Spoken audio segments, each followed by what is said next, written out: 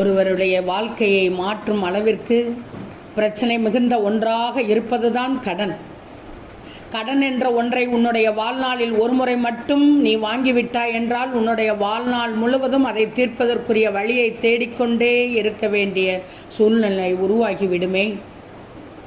உனக்கு மட்டும் இல்லாமல் உன் குடும்பத்தைச் சேர்ந்த அனைவருக்கும் இந்த கடனால் பலவிதமான பிரச்சனைகள் ஏற்படும். அப்படிப்பட்ட கடனை தீர்ப்பதற்கு செவ்வாய்க்கிழமை அன்று 11 ரூபாயை வைத்து செய்ய வேண்டிய ஒரு பரிகாரம் என்னவென்று தெரியுமா? கடன் இல்லாத நிம்மதியான வாழ்க்கையை வாழ வேண்டும் என்று நினைக்கக்கூடிய ஒவ்வொருவரும் தங்களுடைய இக்கட்டான சூழ்நிலையில் வேறு வழியே இல்லாமல் பிறரிடமிருந்து கடன் வாங்கி விடுவார்கள். ஒரு சிலருக்கு கடன் வாங்கிய நாளிலிருந்து படிப்படியாக அந்த கடன் தொகையும் அதிகரித்து கொண்டே செல்லும். ஏதாவது ஒரு காரணத்திற்காக பணத்தை கடனாக வாங்கிக் கொண்டே இருப்பார்கள்.